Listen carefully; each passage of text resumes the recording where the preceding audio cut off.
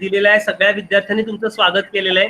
कालचा सेशन सुनील चौरे सरांचा खूप छान झाला, मुलांना खूप आवडला आणि आजची मला खात्री आहे, कारण तुमच्याविषयी बोलायचं झालं तर विद्यार्थी असल्यापासून ज्ञानेश्वर तुझा सर्वात महत्वाचं म्हणजे मला आठवत आहे की आपल्या समितीच्या विद्यार्थी विकास केंद्राच्या कार्यक्रमामध्ये अतिशय पुढाकार असायचा आणि तुझा तो गोरा गोरा चेहरा अजून तो एकदम ऍक्टिव्ह आणि त्याच प्रकारचं फील्ड तू पुढे निवडलंस. खरं तर तुझ्याविषयी तुझा बायोडाटा ऑलरेडी ग्रुपवर शेअर केलेला आहे, मुलांना सगळ्यांना माहिती, पण तुझ्या काही गुणविशेष तुझ्यातले जे वेगळे आहेत.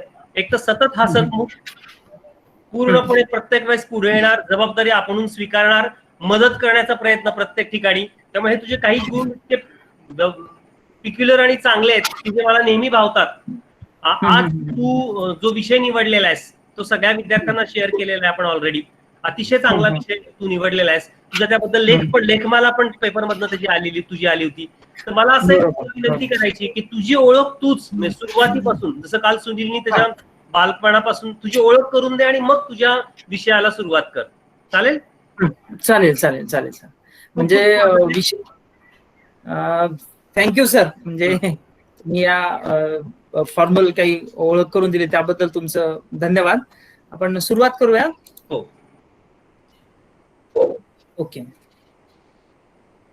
साधारणतः किती लोक आहेत आणि कोणत्या कोणत्या बॅकग्राऊंडचे आहेत ते फक्त मला सांगाल, म्हणजे थोडंसं मला. मी सांगतो ऐक ना. मी एक्सप्लेन करतो. आत्ताचे विद्यार्थी आहेत हे साधारण आता समोर 34-35 आकडा दिसतोय, साधारण 40-42 विद्यार्थी असतात. एकूण 100 विद्यार्थी आहेत खरं तर, पण ऑनलाईन 40-50 विद्यार्थी जॉईन होतात दरवेळेस. पण हा ग्रुप आपला पूर्ण सेशन रेकॉर्ड करतो आणि मुलांना परत देतो. ओके. आणि मुलंच नाहीत तर मुलांचे पालक घरी बसून त्यांचे बहीण भाऊ पण अटेंड करतात. जरी 34 नंबर समोर असेल तरी साधारण हा 100च्या पुढे कॉलम नंबर असतो. कळालं का? 100 डिशच्या पुढे. नाही नाही नाही, हे खूप झाले. म्हणजे फक्त मला त्यांचं बॅकग्राऊंड कळलं. बॅकग्राऊंड सांगतो. हे मोस्टली विद्यार्थी MSCIT करतायत. आपल्याकडे 10वी नंतरचे विद्यार्थी आहेत सगळे MSCIT करतायत. त्याचबरोबर फ्रीलान्सिंगचा जो प्रोग्राम आहे सध्या लॉकडाऊन मध्ये घरी बसून अर्थार्जन करतायत अनेक विद्यार्थी. फ्रीलान्सिंग म्हणजे जागतिक जगातलं कुठलंही काम ते घरी बसून करतात त्यांच्या स्किल ॲबिलिटीनुसार. कोण मॅथमॅटिक्स शिकवतंय, कोण डेटा एंट्रीचं काम करतंय, कोण फोटो एडिटिंगचं काम करतं. तर ते सगळ्या वेगवेगळ्या प्रकारची कामं घरी बसून करतात. अशी ती मुलं आहेत सगळी. फ्रीलान्सिंग आणि MSCIT आणि काही टॅलीची विद्यार्थी. आणि सगळा एज ग्रुप म्हणशील तर साधारण 16-17 ते 21-22 पर्यंतचा एज ग्रुप आहे. बर. ओके, चालेल सर. थँक्यू. मी कंटिन्यू करतो आता हे सगळं. आवाज येतोय ना माझा सर? हो येतोय आवाज. येतोय ना? ओके. मित्रहो, रंजन सरांनी तुमच्यापर्यंत मला इथं खरं पोहोचवलं आणि सरांचं जास्त आमच्या पुढं एक आदर्श जो आहे, कारण विद्यार्थी सहाय्यक समितीमध्ये ते आम्हाला खूप सिनियर होते, परत ते ट्रस्ट म्हणजे पूर्ण ते मंडळ आणि हे सगळं चालवतात. पण सगळ्यात महत्वाची गोष्ट म्हणजे त्यांच्याकडूनच आम्ही काही गोष्टी, म्हणजे जे माजी विद्यार्थी समितीचे आहेत त्यांच्याकडूनच आम्ही एक गोष्टी शिकत जातोय. म्हणजे पुण्यामध्ये ग्रामीण भागामधून जे विद्यार्थी येतात त्यांना खूप मोठा व्यक्तिमत्व घडवण्यासाठीचा प्लॅटफॉर्म आहे. राहणं खाणं म्हणजे वसतिगृह सगळीकडेच असतात, परंतु विद्यार्थी सहाय्यक समितीचे जे वसतिगृह आहे ते फक्त वसतिगृह नसून तर एक आपल्याला चांगलं व्यक्तिमत्व घडवण्याचा एक प्लॅटफॉर्म आहे. म्हणजे तिथं जर तुम्ही गेलात, म्हणजे जर तुम्ही 10वी नंतर 12वी नंतर किंवा पुढच्या उच्च शिक्षणासाठी गेलात तर म्हणजे आपल्या जीवनामध्ये एक चांगली दिशा मिळू शकते. हे मला समितीत आल्यानंतर समजलं. म्हणजे मी मूळचा सोलापूर जिल्ह्यातील बार्शी तालुक्यातील बोरगाव, म्हणजे आमचं गाव बार्शी पासून एक 18 किलोमीटर अंतरावरती आहे. तिथून मी पोस्ट ग्रॅज्युएशन. एकच मिनिट, व्हिडिओ दिसत नाही का दीपक? व्हिडिओ दिसतोय का? दिसतो की नाही? दिसतोय. Okay please. Sorry okay please continue. Sorry. Okay. तर एका छोट्या गावामधून आता प्रत्येक जणच ग्रामीण भागामधला असतो. म्हणजे कोणच मूळतः शहरी संकल्पना नंतर विकसित झालेली आहे, कारण सर्व एकत्रीकरण म्हणजे सेवा उद्योग असेल किंवा इंडस्ट्री असेल त्याच्यासाठी विकसित झालेलं ठिकाण हे शहर आहे. तिथं आलेली ही सगळीच माणसं त्यांच्या कालावधीप्रमाणे, म्हणजे कोण अगोदरच्या पिढीमधलं, आत्ताच्या पिढीमधलं किंवा त्याच्यानंतरच्या पिढीमधलं, अशी मंडळी शहरामध्ये येतात, स्थिर स्थावर होतात. पण त्यातले काही मोजकेच हात परत पाठीमागून ग्रामीण भागामधून शहरामध्ये येत आहेत त्यांच्यासाठी उभा राहतात किंवा त्यांना मदत करतात. त्यापैकी एक म्हणजे विद्यार्थी सहाय्यक समिती, आणि तिथं काम करणारे हे सगळे माजी विद्यार्थी आणि तिथले ज्यांनी सुरू केले डॉक्टर अच्युत आपटे सरांनी, त्यांच्यापासून खूप सारे म्हणजे निर्मलताई पुरंदरे किंवा इतर सगळी मंडळी आहेत. तर या सगळ्यांना धन्यवाद, कारण हा त्यांनी एक वाट तयार केली आणि त्या वाटेवरून रंजनकर सर असतील किंवा पाटील सर आहेत किंवा काल बोललेले चौरे सर असतील किंवा जीवराज चोले, हे सगळी मंडळी त्याच्यावरून चालण्याचा प्रयत्न करते. त्याच्यामध्ये मी एक कुठंतरी प्रयत्न करतो त्या अनुषंगाने. आता आपल्या मूळ विषयाकडे येतोय की जीवनामध्ये तुम्ही ज्या शाळेमध्ये शिकला असाल, ज्या महाविद्यालयामध्ये तुम्ही आता प्रवेश घेणार आहात, तुमच्या घरचं वातावरण आपलं व्यक्तिमत्व घडण्यासाठी या प्रत्येक टप्प्यावरती वेगवेगळ्या गोष्टी कारणीभूत असतात. आजचा आपला विषय जो आहे, जीवनाच्या शाळेतील शिक्षण आणि कला. म्हणजे आता जीवन जे काही आपण शाळा म्हणजे ज्या काही बोर्डाच्या शाळा आहेत किंवा विद्यापीठ आहेत हे सोडून जे त्या व्यतिरिक्त जो आपला वेळ असतो, म्हणजे तुम्ही 10 ते 5 जर शाळा अटेंड केलेली असेल, ती शाळा सोडून बघा मी काय म्हणतोय, तो शाळेचा टायमिंग सोडून, ते पुस्तकं वाचन सोडून तुम्ही त्या व्यतिरिक्त दुसरं काय करता ना बाहेर, ती म्हणजे तुमचं शिक्षण असतं खऱ्या अर्थानं. अकॅडमिकली शिक्षण म्हणजे जे शाळेमध्ये जे शिकवलेलं आहे ते आपल्याला काही प्रमाणामध्ये म्हणजे प्रत्येक विद्यार्थ्यालाच नाही, पण काही ठराविक विद्यार्थ्याला लिहिता वाचायला किंवा काही मांडणी करायला किंवा गणित असेल किंवा डॉक्टरचा कोर्स असेल किंवा त्याच अनुषंगाने ते शिकवतं. परंतु जीवनामध्ये स्वतःला ओळखून काय करायचं आहे, कोणत्या टप्प्यावरती, ते जे शिक्षण मिळणं आहे ते व्यावहारिक शिक्षण असतं. आणि ते शिक्षण आणि त्याच्यासोबत एक कला असणं खूप आवश्यक असतं. त्या विषयावरती आपण आज बोलणार आहोत. याच्यामध्ये काही प्रश्न तुमच्या डोक्यात येतील की शिक्षण म्हणजे काय, जीवन म्हणजे काय, कला म्हणजे काय. बघा हे प्रश्न लक्षात ठेवा, कारण तुम्हाला अशा अनुषंगाने काही प्रश्न पडतील. मग या प्रश्नाची उत्तर कशी शोधायची? जीवन म्हणजे काय, शिक्षण म्हणजे काय, कला म्हणजे काय आणि कौशल्य म्हणजे काय. ज्यांना या गोष्टी समजल्या, हे कशासाठी हवंय, तर सगळ्यात महत्वाचं म्हणजे एक जो उद्देश आहे, सगळ्यात महत्वाचा म्हणजे शेवटचा जो एक उद्देश आहे याच्या टप्प्यावरती, की आपलं आयुष्य सुखकर आणि आनंदी असावं, म्हणून आपल्याकडे एखादं कला असणं आवश्यक आहे. ती कोणत्या स्वरूपाची कला असणं गरजेचं आहे किंवा कोणतं कौशल्य आत्मसात करणं गरजेचं आहे ते आपण टप्प्याटप्प्या उदाहरणाद्वारे समजावून घेऊया. समजा आपण एखाद्या गावामधल्या म्हणजे एका गावामध्ये आपण शाळेमध्ये शिक्षण घेतो आणि आपण पदवीपर्यंत पुढे शिक्षण घेतलं, BA केलं, BCom केलं किंवा BSc केलं, परंतु आपल्याला कुठल्याही प्रकारचं जर कौशल्य नसेल तर काम कोणत्या स्वरूपाचं करणार. म्हणजे तुम्ही जर BA झालेला असाल आणि BA तुम्ही एखाद्या भाषेविषयीमधून झाला असाल, तर आपण ज्या भाषेमधून तुम्ही BA केलेला आहे त्याच्यामध्ये तुम्हाला म्हणजे समजा मराठीमधून असेल तर मराठीमध्ये कथा, कविता, वक्तृत्व हे तुम्हाला लिहिता आलं पाहिजे किंवा त्याचा आपल्याला शोध घेता आला पाहिजे की हे मला जमू शकतं, हे मी करू शकतो. आणि हे करण्यासाठी स्वतःचं जे आत्मपरीक्षण आहे ते खूप आवश्यक आहे. स्वतःचं आत्मपरीक्षण करायचं म्हणजे काय करायचं, तर स्वतः म्हणजे जे काय आपल्याकडं पोटेन्शियल असतं ते ओळखायचं कसं, सेल्फ अनालिसिस. कदाचित काही व्याख्यात्याने किंवा काही वक्त्यांनी ते सांगितलंही असेल की आपल्याला सेल्फ अनालिसिस करणं गरजेचं असतं. म्हणजे आपल्या स्ट्रेंथ, विकनेस, ऑपॉर्च्युनिटी आणि थ्रेट्स. स्ट्रेंथ काय आहे, समजा तुम्ही वर्गामध्ये गेलात आणि तुम्हाला सगळे विषय शिकवतायत, म्हणजे सगळेच विषय जमतायत का आपल्याला, तर नाही. म्हणजे सगळे विषय जमतील तसं नाही. त्यातला मला मॅथ्स चांगला जमतोय, त्यातलं मला इंग्रजी चांगलं जमतंय, इंग्रजीमध्ये मला कथा चांगली लिहिता येते किंवा मराठीमध्ये मला कविता चांगली लिहिता येते, हे जर कळलं ती तुमची स्ट्रेंथ असते. ती काय असते, आपली स्ट्रेंथ असते. हे ओळखणं खूप गरजेचं आहे. बऱ्याच वेळेला आपल्या आजूबाजूच्या परिस्थितीमध्ये काही लोक म्हणजे चांगलं भाषण करतात किंवा काही चांगलं लिहितात किंवा काही लोक पेंटिंग खूप चांगलं करतात, काही लोक संगीत खूप चांगलं वाजवतात किंवा गाणी खूप चांगलं म्हणतात. आपण हे कसं ओळखतो की हे चांगलं म्हणताय, कारण त्यांनी सादर केलेलं कला पुढच्या व्यक्तींना ती भावते, म्हणजे पुढच्या व्यक्तीच्या मनापर्यंत ती पोहोचते. आणि तशी जर ती पोहोचत असेल, बघा तशी जर ती पोहोचत असेल तर त्या कलेमध्ये म्हणजे तुम्ही तुमचं कौशल्य विकसित केलेलं आहे, ती कला विकसित केलेली आहे आणि त्याच्या माध्यमातून तो संवाद आपण दुसऱ्यांपर्यंत पोहोचवतो आहे, हे होणं खूप गरजेचं आहे. लक्षात येतं मी काय म्हणतोय ते? म्हणजे हे जर झालं तर निश्चितरित्या आपण आपल्या आयुष्यामध्ये कुठलाही प्रसंग येऊ, कुठलीही अडचण येऊ, त्याला आपण सामोरं जाऊ शकतो. अन्यथा आपण सामोरं जाऊ शकत नाही. म्हणजे काय होतं, आता आपण शोध घेतोय की जीवनातील शिक्षण, त्याच्यासाठी मी एक उदाहरण सांगणार आहे. उदाहरणाद्वारे अजून आपल्याला पटकन लक्षात येईल की काय आपलं गडबड होते. 5 गोष्टी लक्षात ठेवायच्यात आणि त्याचा आपल्याला स्वतःच्या व्यक्तिमत्वामधला शोध घ्यायचा आहे. स्ट्रेंथ मध्ये आपलं विचार करण्याची कुवत काय, विचार करण्याची क्षमता काय आहे, आपण विचार करू शकतो का, हा पॉइंट तुम्ही कदाचित हे असा तर नोट करून ठेवा. आपण विचार करू शकतो का, याला इंग्लिशमध्ये म्हटलं जातं थॉट, म्हणजे आपली थॉट प्रोसेस. कारण आपण जीवनातील शाळेतील शिक्षण ज्यावेळी म्हणतो त्यावेळी आपला विचार हा खूप महत्वाचा असतो. म्हणजे जर आपण विचार करू शकत असू तरच आपण तो व्यक्त करत असतो. पुढचा जो मुद्दा आहे तो म्हणजे एक्सप्रेशन, व्यक्त होणं.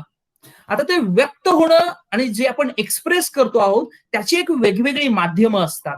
तुम्ही कधी लेखणीमधून व्यक्त व्हाल, तुम्ही कधी पेंटिंग मधून व्यक्त व्हाल, कधी तुम्ही एखादी वस्तू तयार कराल. लहान मुलं असतं, घरामध्ये गेलं की ते खेळत बसलेलं असतं, ते गाडी बनवतं किंवा घर बनवतं. मोठी माणसं येतात आणि त्याला म्हणतात काय हे करतोय, मोडून टाकते. ते तसं जर करत असतील तर ते मोठी माणसं चुकीचं वागताय, म्हणजे असं होतं कदाचित, आणि त्या मोठ्या माणसांना आवडत नाही ते. परंतु ते लहान मूल ते व्यक्त होत असतं. लक्षात घ्या, हे जे व्यक्त होणं आहे ना ते लहानपणापासून, म्हणजे जीवनातील शाळेतील शिक्षण जे आहे ते लहानपणापासून सुरू होत असतं. म्हणून आपण व्यक्त होणं ही प्रक्रिया खूप महत्वाची असते. जर आपण व्यक्त नाही झालो तर त्याचा त्याचं एक असं काही म्हणजे एखाद्या तळ्यामध्ये जसा गाळ साचतो तसा आपल्या डोक्यामध्ये स्कॅटर्ड विचार जे असतात ना ते साचून राहतात आणि त्याचा धोका हा मोठेपणे उद्भवतो किंवा त्याचा धोका एका ठराविक टप्प्यावरती उद्भवतो. म्हणजे पहिला मुद्दा आहे थॉट, म्हणजे आपले विचार. दुसरा, ते डोक्यात आलेले विचार ते व्यक्त होणं गरजेचं आहे. आणि व्यक्त होण्याच्या माध्यमामध्ये कुठलंही माध्यम असू द्या, ते माध्यम आपण ऍब्झॉर्ब, म्हणजे ते माध्यम आपण शिकून घेणं गरजेचं आहे. मग एक तर लेखन कला, तुम्हाला जर जाणवत असेल की तुम्ही चांगलं लिखाण करू शकता तर तुम्ही लिहायला सुरू करा. म्हणजे मराठीमध्ये पु ल देशपांडे, वि स खांडेकर, किंवा आता रिसेंटमध्ये लिहिता भालचंद्र नेमाडे, रंगनाथ पठारे, प्रवीण बांदेकर, हे मराठीतले काही लेखक आहेत. जर तुम्हाला वाटत असेल की तुम्हाला चांगलं लिहायचंय, म्हणजे तुम्हाला चांगलं बोलायचंय, वक्तृत्व आहे, म्हणजे प्राचार्य शिवाजीराव भोसले असतील किंवा आता 2-4 दिवसापूर्वी दीपक शिपारपूर असतील, तर ते चांगले बोलतात म्हणजे आता या मराठीमध्ये, किंवा सुधीर गाडगीळ असतील, किंवा आम्ही आता मोठ्या अभिनेत्याचं उदाहरण दिलं तर अमिताभ बच्चन असेल. मराठीमध्ये नाना पाटेकर, त्यांनी दोन्हीकडे कामं केलेली आहेत. म्हणजे तुम्ही जर व्यक्त होत असाल, म्हणजे व्यक्त होण्याच्या पद्धती वेगवेगळ्या असतील, त्या शोधणं गरजेचं आहे. बघा, त्या शोधणं गरजेचं आहे. त्या जर तुम्ही शोधल्या, म्हणजे त्या जर आपण शोधू शकलो तर ते खूप महत्वाचं होतं. आता मला इथं फक्त मला रिलेट असं करायचं की वैयक्तिक याच्यामध्ये की माझं BA इंग्लिश झालेलं, त्याच्यानंतर मी पुण्यात MA इंग्लिश केलं आणि नंतर जर्नलिझम म्हणजे मीडिया आणि कम्युनिकेशन मध्ये मी डिग्री केली.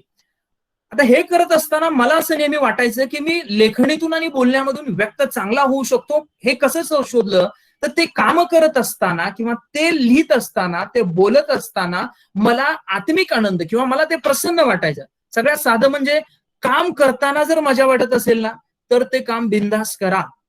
आणि जर काम करताना डोक्यात 100 विचार येत असतील आणि त्रास होत असेल ना, अजिबात ते काम निवडू नका, अजिबात ते कौशल्य शिकूही नका, कारण ते आयुष्यभर टिकणार नाहीये. जर ती गोष्ट आयुष्यभर टिकणार नसेल तर त्याचा आपल्याला उपयोगच होणार नाही. म्हणून आपल्या सुरुवातीच्याच करिअरच्या टप्प्यापासून स्वतःला काय जमतं, स्वतः काय करू शकतो आणि स्वतःला मिळणारा आनंद त्याच्यातून आहे का हे बघून आपण शोधणं गरजेचं आहे. आता दुसरा भाग असा येतो की म्हणजे हे विचार व्यक्त होणं, व्यक्त होण्याच्या वेगळ्या पद्धती. आता कोण डिझाईन करत असेल, म्हणजे कोणाला डिझाईन करायला खूप आवडते बघा, म्हणजे कागद घेताना त्याच्यावर डिझाईनिंग, मग ते डिझाईन करताना त्याला आनंद वाटतो, मग ते त्या पद्धतीनं व्यक्त होतो. म्हणजे त्याच्या शरीरामध्ये असणारी एनर्जी तो तशा पद्धतीनं तो व्यक्त करतो. आणि हे जे होणं आहे ते म्हणजे व्यक्तिमत्व तयार होत असतं प्रत्येक टप्प्यावरती. आता मी संवादाच्या संदर्भामधलं एक उदाहरण देतो, त्याच्यानंतर कला इकडं आपण येणार आहे की कलेमध्ये डीप आणि एकदम खोलवरती कशा पद्धतीनं जातो. साधारणतः बघा, एखादा जर बांधकाम करणारा व्यक्ती असेल तर तो बांधकाम करत असताना त्याला जर आनंद वाटत असेल आणि ते कौशल्य त्यानं त्या पद्धतीने आत्मसात केलेलं असेल, तर तो बांधकाम करणारा चांगला, म्हणजे तो स्वतःसाठी करतो आणि स्वतःसाठी काम करत करत तो दुसऱ्यांनाही मदत करतो. हे झाडाचं किंवा हा निसर्गाचा नियम आहे. म्हणजे झाड काय करतं, झाड हे त्याच्यासाठी फुललेलं असतं. एखाद्या फुलाला, म्हणजे गुलाबाचं फुल झाड आहे किंवा गुलाबाचं रोप आहे, त्याला जे काही फुलं येतात, ती फुलं गुलाब तुमच्यासाठी आलेली नाहीत किंवा आपल्यासाठी आलेली नसतात, की आज इथं रंजनकर सर येणार आहेत, मी त्यांच्यासाठी चांगला फुलतो असं गुलाब कधी म्हणत नाहीये. किंवा ह्या आंब्याच्या झाडाखाली आज इथं राहुल कांबळे सर येणार आहेत आणि त्यांच्यासाठी असं कधी होणार नाहीये. किंवा आज इथं ज्ञानेश्वर सर येणार आहेत आणि त्यांच्यासाठी हे झाड फुलतं किंवा त्यांच्यासाठी सावली म्हणून ते फुललेलं नाहीये.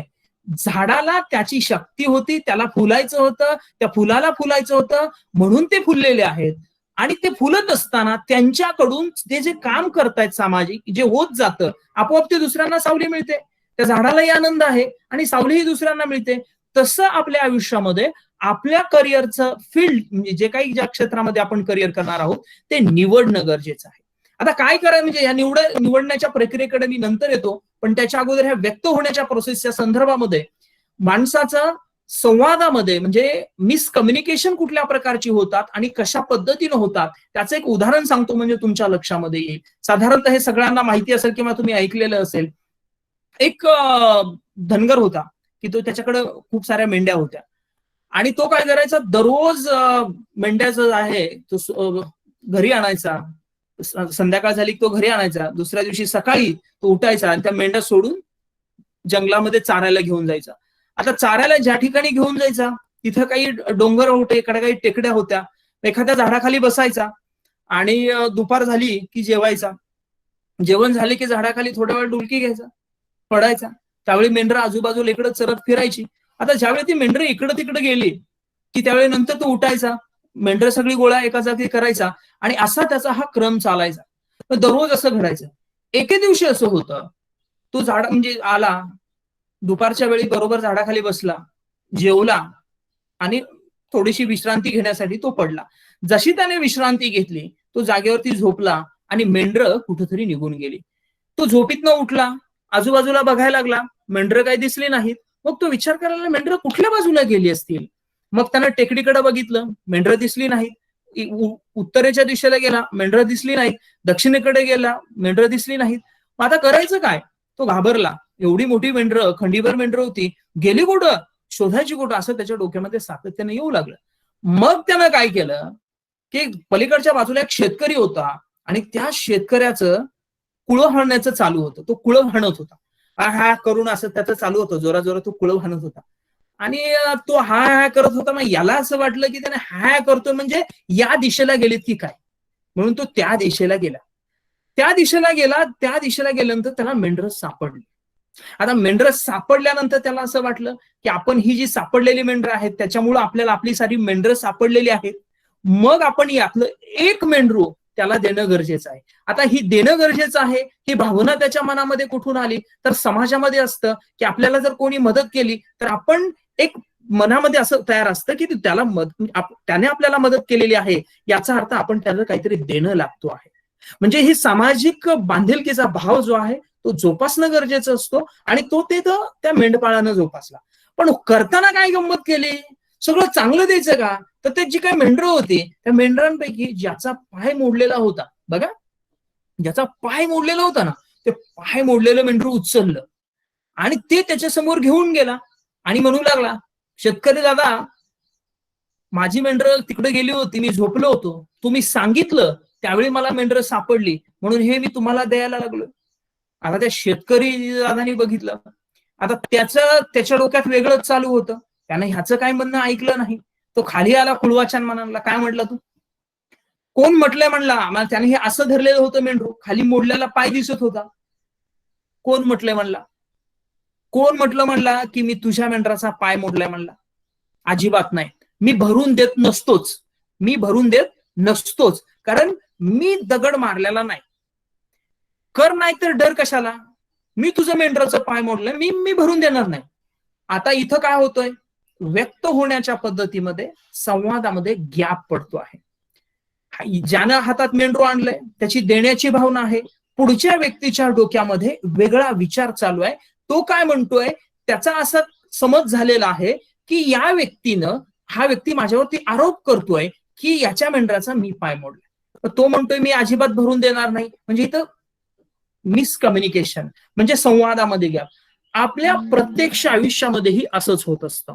म्हणजे आपले आई वडील सांगत असतात तू हे कर, शिक्षक सांगत असतात तू हे कर, आतून आपल्याला वेगळंच वाटत असतं. म्हणजे आपण काय करतो, यांचा दबाव घे, त्यांचा दबाव घे, आणि त्या दबावाच्या मुळे जे वाटत असतं खरं आपल्याला करावंसं ते आपण करत नाही.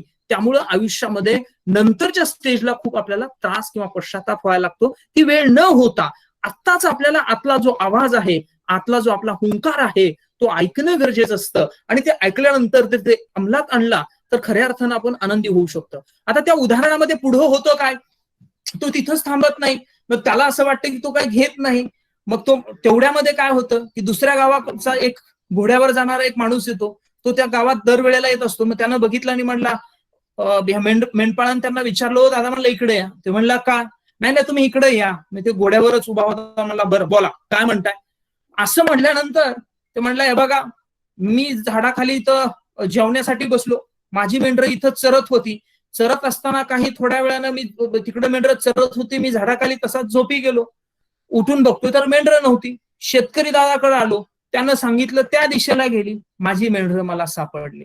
आता मला असं वाटतं की माझ्याकडून माझी अशी भावना आहे की एक ह्यातलं मेंढरू मी त्यांना द्यायला लागलेलो आहे, ते काही घेणं गेलेत की. असं म्हणताच ते शेतकरी दादानं सांगायला सुरू केलं, पाहुणं तुम्ही किती वर्ष झालं म्हणले आमच्या गावाला येतात. ते म्हणलं खूप वर्ष झालं. तुम्हाला मला कधीतरी बघितलं का, मी कुणाला खडा तरी मारतोय का, मी कुणाच्या जनावराला आजवर खडा तरी मारलोय का. आणि हे म्हणतोय की ह्याच्या मेंढराचा पाय मी मोडलाय, आणि मी कसे काय भरून देणार आहे. आपण भरून बिरून देत नसतो म्हणला, मी पाय मोडलेलाच नाही तर मी भरून कशाला देणार आहे. आता ह्या दोघांचं असं सुरू झालं. आता त्या घोडीवरच्या माणसाच्या जे बसलेलं होतं ना, त्याच्या डोक्यात वेगळंच चालू होतं.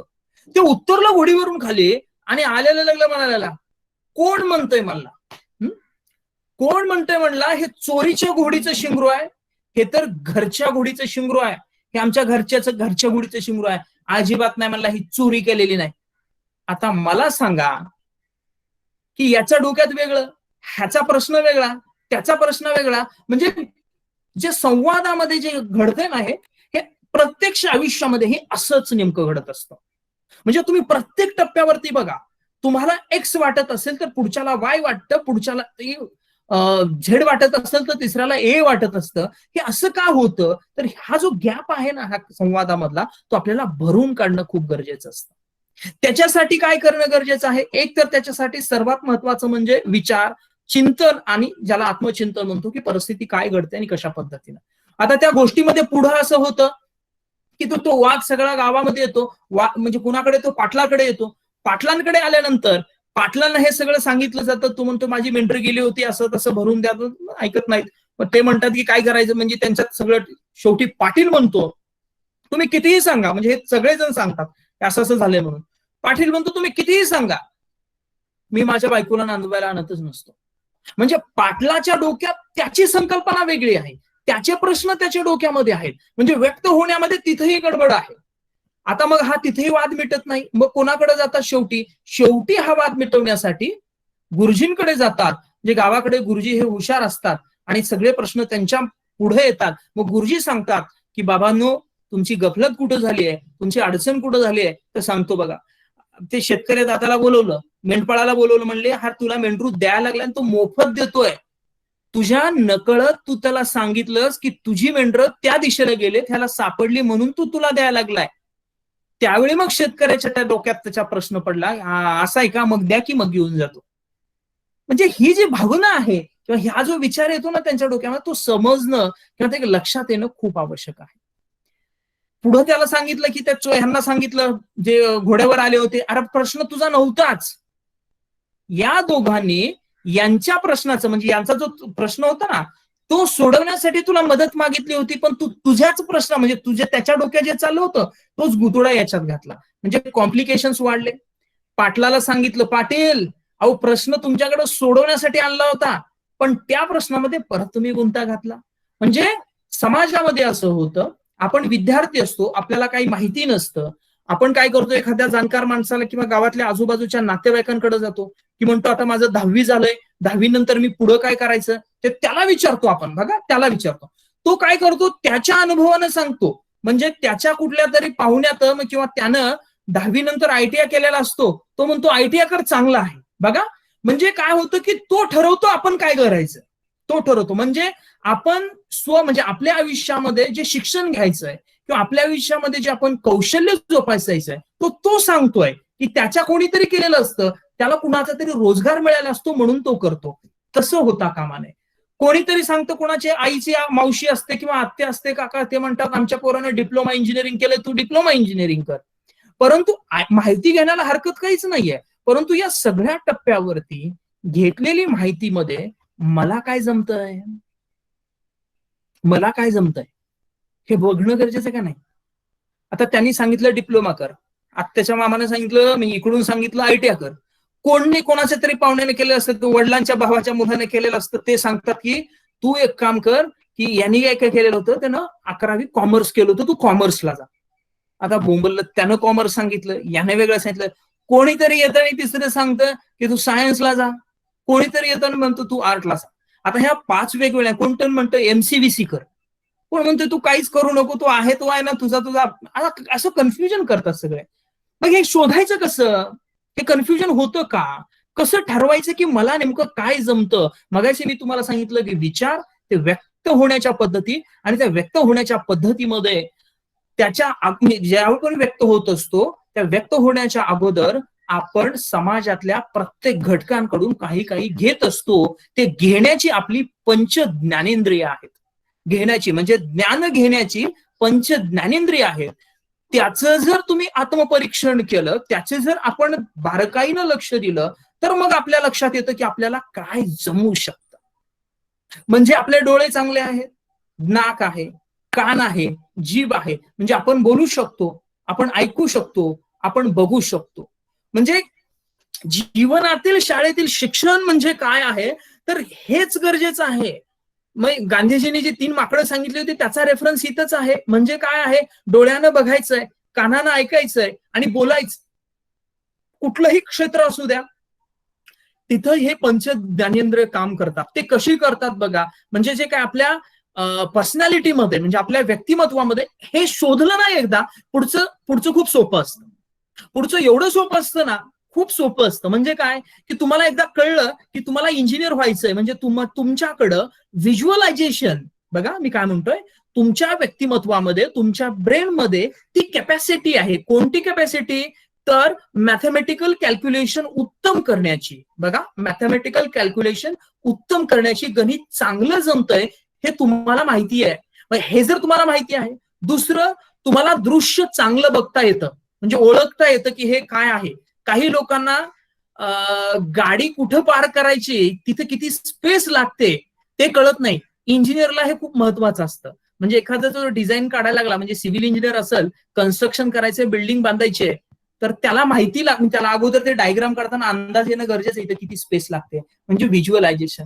जर इंजिनियर व्हायचं असेल तर तुमच्या व्यक्तिमत्वामध्ये मॅथमॅटिकल कॅल्क्युलेट, म्हणजे तुम्हाला मॅथ चांगलं जमतं आहे का, तुमचं दृश्य म्हणजे व्हिज्युअलायझेशन हे स्ट्रॉंग आहे का, म्हणजे तुम्हाला ते कळतायत का, त्याचं ब्रेन मधले अंदाज येत आहेत का, या गोष्टी जर कळल्या तर तुम्ही तो निर्णय घेऊ शकता. म्हणजे बघा, हे जे काही तुम्हाला पंच ज्ञानेंद्रिय सांगतोय ते ज्ञान घेण्याची माध्यम आहेत, ती उत्तम आहेत. आणि त्याच्या पुढे ब्रेनचं काम असतं. म्हणजे ही दरवाजे आहेत, म्हणजे डोळे, कान, नाक, हे जे काय ते दरवाजे, याच्या माध्यमातून ज्ञान आतमध्ये येतं, ते ब्रेनमध्ये जातं. म्हणजे तुम्ही जे काय बघता ते ब्रेनमध्ये जातं. ब्रेनमध्ये म्हणजे कॉन्शियस आणि सबकॉन्शियस जे माइंड वर्क करतं, म्हणजे जे काही येतं ते सुरुवातीला सबकॉन्शियस माइंड म्हणजे आपल्या कॉन्शियस माइंडवर आदळतं, तिथून ते सबकॉन्शियस माइंडवरती खोलवरती जाऊन बसत असतं. बरं, आपल्याला त्या टेक्निकल टर्म मध्ये आता जायचं नाही, पण एवढंच लक्षात ठेवा की जर तुम्हाला डॉक्टर व्हायचंय तर त्याच्यासाठी तुमचं जे एखादे नैसर्गिक वस्तू हाताळण्याच्या संदर्भामधलं जे कौशल्य, ते तुम्हाला अटॅचमेंट आहे का, म्हणजे ओळखायचं कसं, साधं टेक्निक. लहानपणापासून तुम्हाला माणसांबरोबर किंवा प्राण्यांबरोबर खेळायला आवडतं का, त्यांची कुणाची तुम्हाला खालीकुशाली जास्त विचारायला आवडते का, किंवा तुम्हाला एखाद्याला कुणाला इजा झाली असेल तर तुम्ही पटकन त्या संदर्भात काम करता का, किंवा तुम्हाला त्याची भीती वाटत नाहीये ना, अशा सर्व गोष्टी पडताळून बघणं गरजेचं असतं. आता काही लोक काय करतात की व्यवस्थापनामध्ये म्हणजे काही लोक जे मॅनेजमेंट म्हणतो आपण व्यवस्थापन, काही म्हणजे साधं उदाहरणार्थ तुम्ही ज्या गावातले असाल तो गुण तुमच्यामध्ये आहे कसा ओळखायचा, म्हणजे तुमचे नेतृत्व कौशल्य आहे कसं ओळखायचं. लहानपणापासून तुम्ही 4 पोरं एकत्र करून काम करताय का, तुम्ही दुसऱ्याला कामाला लावताय, तुम्ही काम कमी करताय पण दुसऱ्यांना, याचा अर्थ तुम्ही काय करताय, लीडर नेतृत्व कौशल्य आहे. पण त्याचबरोबर तुम्हालाही ते जमणं आवश्यक असतं. समजा काही लोकांना नृत्य करायचं असतं, आता नृत्य करायचं म्हटल्यानंतर फक्त आवड असून जमत नाही, आपल्या शरीराची ही साथ म्हणजे आपल्या देहबोलीची ही साथ असणं गरजेचं आहे. म्हणजे बॉडी लँग्वेज आपल्या ह्या मुवमेंट झाल्या पाहिजे, बॉडी आपली वळली गेली पाहिजे. हे जर होत असेल म्हणजे बॉडीचे जे आहेत त्या मुवमेंट होत असतील तर ते उत्तम होतं, लक्षात घ्या. नसेल तर आपण नृत्य करू शकणार नाही. म्हणजे ते काही ज्याला आपण म्हणतो कायनेस्थेटिकल इंटेलिजन्स, म्हणजे आपल्या व्यक्तिमत्वामधल्या या बॉडी मुवमेंटचा, म्हणजे डोक्यात संकल्पना चांगली क्लिअर आहे की मला नृत्य करायचंय, परंतु हातच वळत नाहीये, तेवढी मुवमेंट होत नाहीये, तर तो होता येणार नाही.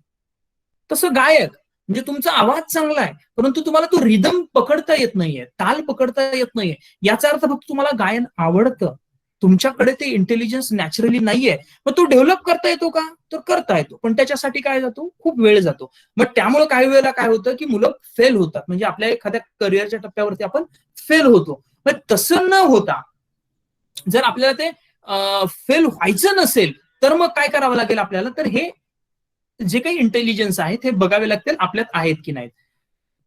मी मला सुरुवातीला सांगितलं, एक तर विचार, तो व्यक्त होण्याच्या पद्धती, आणि त्या व्यक्त होण्याच्या पद्धतीनंतर जे आपण ज्ञान घेतो ते पंच ज्ञानेंद्रिय जे आहेत, कान नाक घसा, याच्यातलं जे ज्ञान मिळतं आहे त्याचं मूल्यमापन करणं, आणि ते त्यातलं मला काय जमतं आहे, जे घेतलेलं ज्ञान आहे त्याच्यावरती आपण विचार करणं गरजेचं आहे, त्यातील मला काय जमतं. आता मला काय जमतं काय कसं ओळखणार तुम्ही, 3 प्रकारच्या. एक तर ऑडिओबल, म्हणजे ज्याचे कसं आहे की ऑडिओ म्हणजे काही गोष्टी आपण ऐकल्यानंतर परफेक्ट लक्षात राहतात, काही लोकांच्या बघितल्यानंतर परफेक्ट लक्षात राहतात, आणि काही लोकांचा ती वस्तू हाताळल्यानंतर परफेक्ट लक्षात राहतात. हाताळल्यानंतर म्हणजे काय, अनुभव घेतल्यानंतर. उदाहरणार्थ कॉम्प्युटर आहे, तुम्ही कॉम्प्युटर चालवायला लागले म्हणजे ते करून बघितलं, कृती करून बघितली, मग तुमच्या लक्षात राहिली. काही लोकांनी ती प्रोसेस सांगितली म्हणजे फक्त सांगितली, ऐकल्यानंतर लक्षात राहिली. पण आपल्या जी क्षमता ही कोणत्या प्रकारची आहे हे अगोदर बघणं गरजेचं आहे. लक्षात येत आहे मी काय म्हणतोय, ते मुद्दे लक्षात येत आहे सुरुवातीपासून तुमच्या. मला आशा आहे की तुमच्या हे सगळे मुद्दे लक्षात येत असतील. ओके, येस येस, तुमच्या कमेंट येत आहेत इथं. आशिष आहे, तानाजी आहे, अर्णव, सगळ्यांच्या कमेंट्स आहेत इथं. अक्षय आहे, अथर्व आहे, वैदेही, सादिक आहे, तानाजी, व्हेरी गुड गुड. बघा आपण जे काही मुद्दे मांडतो आहोत स्वतःमधलं म्हणजे कौशल्य हे नंतर शिकतो आपण, पण स्वतःमधलं सेल्फ म्हणजे काही स्ट्रेंथ आहे हे शोधणं, म्हणजे स्वतः कोणती कॅपॅसिटी आहे ते शोधणं खूप गरजेचं आहे. हे शोधल्यानंतर मग पुढचे फील्ड ठरणार आहेत, हे शोधल्यानंतर मग पुढचे फील्ड ठरणार आहेत, आणि तेच तर जीवनातील शाळेमध्ये उपयोगी पडतात. आता मी काय करतो, हे जनरलाइज्ड जे आपण बोललेलं आहोत ते थोडं आपण समप करत करत करत एका महत्वाच्या मुद्द्यांपर्यंत येऊ. कोणता मुद्दा आहे बघा, करिअर करण्यासाठी खूप सारे फील्ड आहेत. म्हणजे करिअर वेगवेगळ्या फील्डमध्ये, तुम्ही एज्युकेशन फील्डमध्ये करू शकता, मेडिकलमध्ये, इंजिनिअरिंगमध्ये, आर्टिस्ट, सगळीकडे करू शकता. त्या फील्डसाठी लागणारं व्यक्तिमत्व माझ्यात आहे की नाही हे तुम्ही आत्ताचे काय आपण मुद्दे सांगितले ते पडताळून बघणं गरजेचं आहे. याच्यामध्ये तुमच्याकडं ज्याला आपण मॅथमॅटिकल इंटेलिजन्स, व्हिज्युअल इंटेलिजन्स, हे सगळं आहे की नाही हे अनुभव घेऊन पडताळून बघायचं, आणि हे जर कळलं तर मग आपण त्या फील्डमध्ये जाऊ शकतो. आता ज्यावेळी आपल्याला या फील्डमधलं करिअर करायचंय पण त्या करिअरचा कोर्स केला, म्हणजे समजा मी बीकॉम केलं आणि बीकॉम नंतर मला अकाउंटंटची नोकरी लागलीच नाही, तर मी काय करणार, याचा अर्थ त्या बीकॉम मध्ये प्रॉब्लेम होता की माझ्यामध्ये प्रॉब्लेम होता. मग हे आपल्याला 22व्या वर्षी, 25व्या वर्षी, 30व्या वर्षी कळतं. तसं जर होऊ द्यायचं नसेल तर आत्ताच आपण ते डिसाईड करणं गरजेचं आहे. आता हे सगळं कुठलंही फील्ड असू देत, कुठल्याही फील्डमध्ये जात असताना आपल्याला सगळ्यात महत्वाची गरज असते ते आपल्या संवाद कौशल्य आणि आपली देहबोली, या संदर्भामधले काही मुद्दे आपण आता बोलूया. म्हणजे तुमच्यापैकी काही जण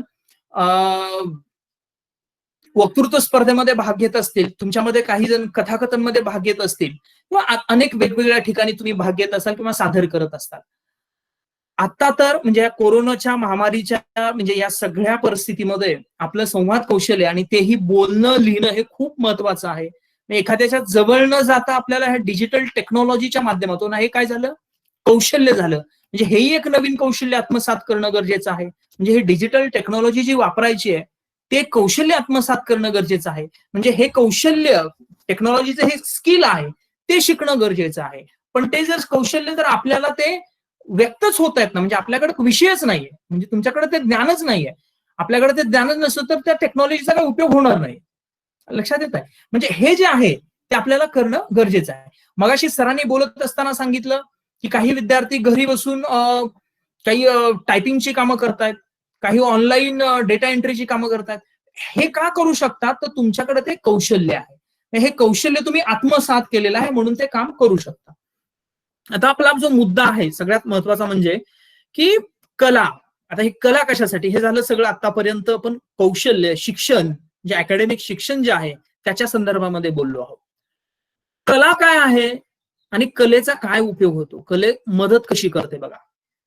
तुम्ही ज्या वेळी एखाद्या वेळी तुम्हाला नर्वस वाटत असेल तर तुम्ही गाणं गुणगुणता, किंवा थोडस टेन्शन आलेलं असेल किंवा मानसिक ताण असेल तर कोणी लोक चित्र काढत बसतात, कोणी एखादं संगीत ऐकतं, कोणी चित्रपट पाहतं, कोणी अजून त्यांच्या पद्धतीनं कोणी खेळतं, म्हणजे कुठंतरी जाऊन खेळत बसतो, कोणी काही स्कल्पचर बनवतं, किंवा कोणी एखादं कॉम्प्युटरवरती काहीतरी एखादं करत म्हणजे एखादं डिझाईन किंवा काहीतरी करत बसतो, कोणी एखादं चित्रपट बनवायचं काम करतो, कोणी शूटिंग करतं.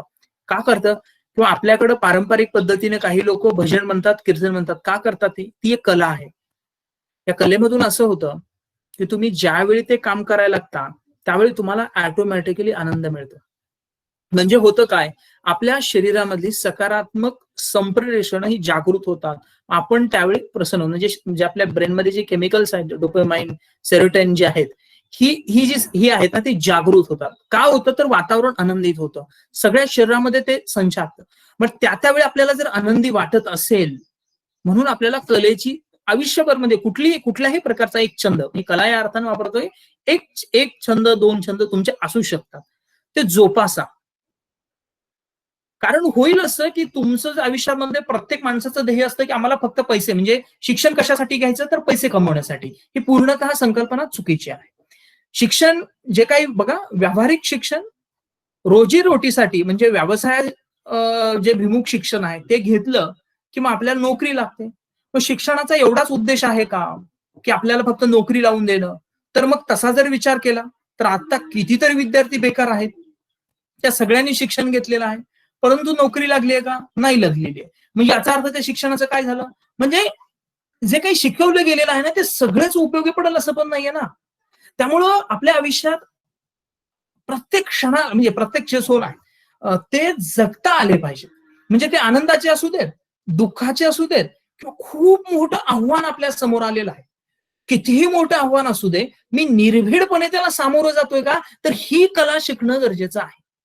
म्हणजे आता या कोरोनाच्या महामारीमध्ये म्हणजे न घाबरता धाडसानं जे काही संकट येतात त्याला सामोरं जाण्याचं जर म्हणजे कौशल्य ती जर आपल्याकडे असेल ना, so that is a your art. म्हणजे तुम्ही ऐकलं असेल की how to live life that is art, म्हणजे हे कौशल्य आहे. हे ज्या लोकांना जगलेलं आहे, कळलेलं आहे, ती माणसं खूप सुखकर आणि खूप आनंदी असं आयुष्य जगत असतात आणि त्या प्रत्येक टप्प्यावरती जगतात. म्हणजे त्याच्यामध्ये काही वेगळं असं काही होत नाही, म्हणजे अडचणी येतील किंवा डिफिकल्टी असं होत नाही. कारण तुम्ही एका ठिकाणाहून दुसऱ्या ठिकाणी जाता, दुसऱ्या ठिकाणाहून तिसऱ्या ठिकाणी जाता. म्हणजे हा जो प्रवास करत असता त्या प्रवासामध्ये प्रत्येक टप्प्यावरती तुम्हाला कोणी ना कोणी मदत करायला येतं, कारण तुम्ही त्या निसर्गाचा, तुम्ही त्या घटकाचा भाग होऊन जाता. ते केव्हा होतं, तर ज्यावेळी तुम्हाला ती लय सापडते, ज्यावेळी तुम्हाला ती लय सापडते, म्हणजे जगण्याची जी लय आहे ती सापडणं खूप गरजेचं आहे. लक्षात येत आहे? म्हणजे ही जीवनाची कला आहे. म्हणजे तुम्हाला म्हणून म्हणतात माणसं आपल्याकडं, म्हणजे जे अनुभवातनं शिकलेली जी माणसं आहेत म्हणून म्हणत असतात ते की तू 100 पुस्तकं वाचली तरी सुद्धा तुला तेवढं ज्ञान मिळणार नाही जेवढं तू एखाद्या अनुभवी माणसाला भेटल्यानंतर मिळू शकेल.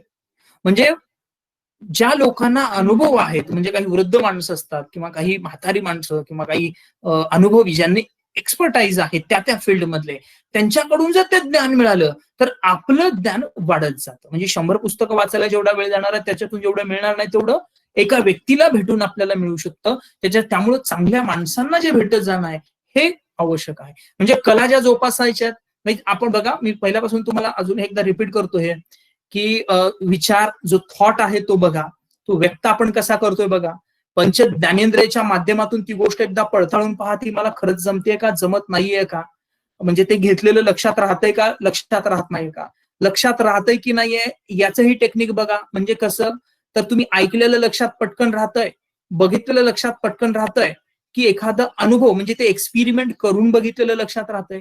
या तिन्ही पद्धती बघा, तुम्हाला कोणती सुटेबल आहे ती गोष्ट सातत्यानं करा. आणि जी वीक आहे, म्हणजे मला समजा वाटतं की मी गाडी चालवल्यानंतर गाडीची प्रोसेस मला पटकन कळली, किंवा मी कॉम्प्युटर चालवल्यानंतर मला ती प्रोसेस लवकर कळली, सांगितल्यानंतर कळली नव्हती. तर तसं करून ज्ञान मिळवत चला. म्हणजे काय होतं, कौशल्यही आत्मसात होतं आणि ज्ञानही मिळतं. पण तसं न करता जर आपली क्षमता आपण ओळखली, काय तर मला ते करून बघितल्यानंतर लक्षात राहतं. म्हणजे विद्यार्थ्यांचं पण असंच असेल, वर्गामध्ये शिक्षकांनी सांगितलं पण आलं नाही, पण जर घरी आल्यानंतर ते स्वतः करून बघितलं, चांगलं लक्षात राहिलं, मग असं म्हणतो की मी केल्यानंतर लक्षात राहतो. याचा अर्थ तो कायनेस्थेटिकली आहे, त्याला करून बघणं गरजेचं आहे.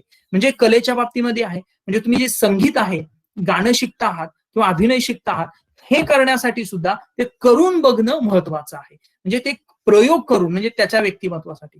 काही लोकांना दृश्य, म्हणजे समजा तुम्ही घरी बसलेले आहात पण सकाळी तुम्ही कुठेतरी बाहेर गेला असाल किंवा आजूबाजूला काय आहे बघितलेलं असेल, तो डोळ्यानं बघितलेला प्रसंग तुमच्या डोक्यात असेल, तोही तुम्हाला सांगता आला पाहिजे. तुम्ही ज्यावेळेस सांगत असता याचा अर्थ तुमच्या ब्रेनवरती ते कोरलं गेलेलं आहे.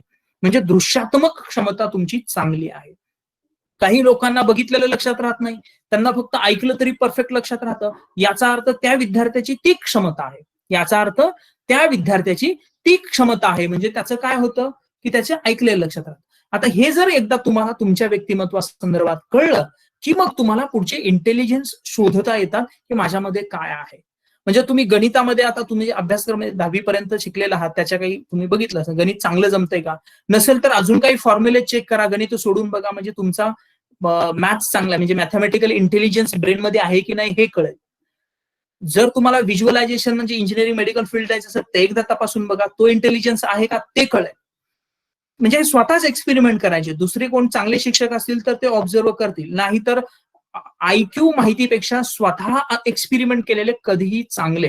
कारण आजूबाजूला खूप ज्ञान असतं, ते ज्ञान आपल्या समोर आल्यानंतर बघायचं आपल्याला कुठलं योग्य होतंय, किंवा मग जर ते आपल्याला तेवढे निर्णय घेऊ शकत नसेल आपण, तर जो जाणकार व्यक्ती आहेत किंवा ज्यांना माहिती आहे त्यांना विचारायचं आणि त्यांच्या सल्ल्यानुसार आपण तो निर्णय घेणं गरजेचं असतं.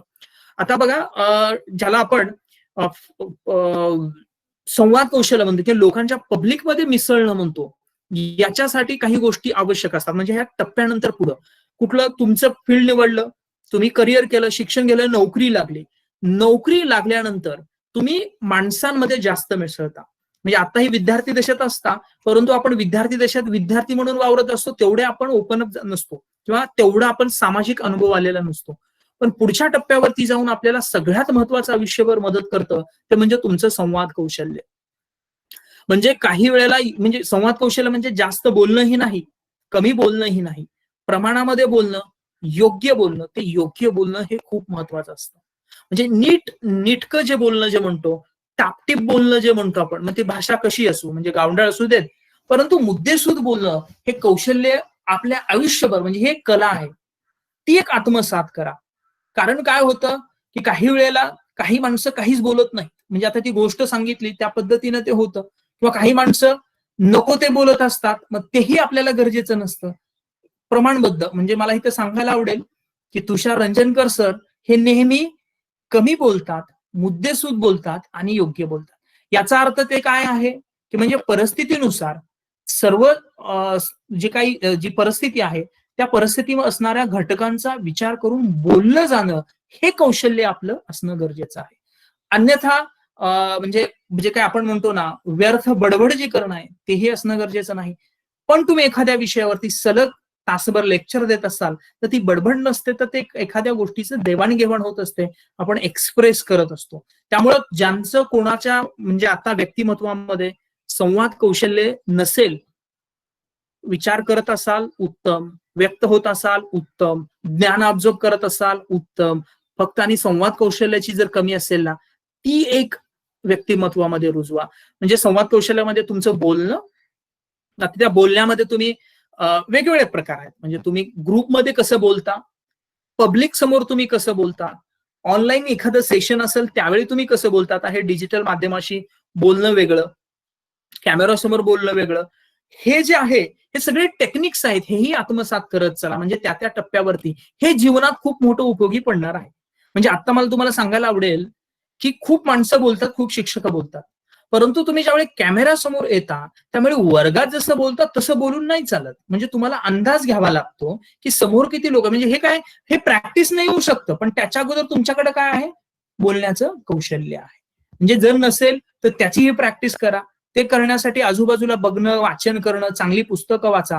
म्हणजे काही मी लिस्ट वाटलं तर तुम्हाला आता याच्यावरती पाठवून देईल सरांकडं, की ही ठराविक पुस्तकं वाचाच, की जेणेकरून म्हणजे एक होता कारवर असेल किंवा आईन्स्टाईनची पुस्तकं, शेक्सपियर आहे, विल्यम वर्ड्सवर्थ आहे, किंवा गीता रहस्य आहे लोकमान्य टिळकांचं, डॉक्टर बाबासाहेब आंबेडकरांची काही पुस्तकं आहेत, महात्मा गांधींची आहेत, ययाती आहे, विश्वास पाटलांची काही पुस्तकं आहेत. ही जी पुस्तकं आहेत हे वाचा आवश्यक.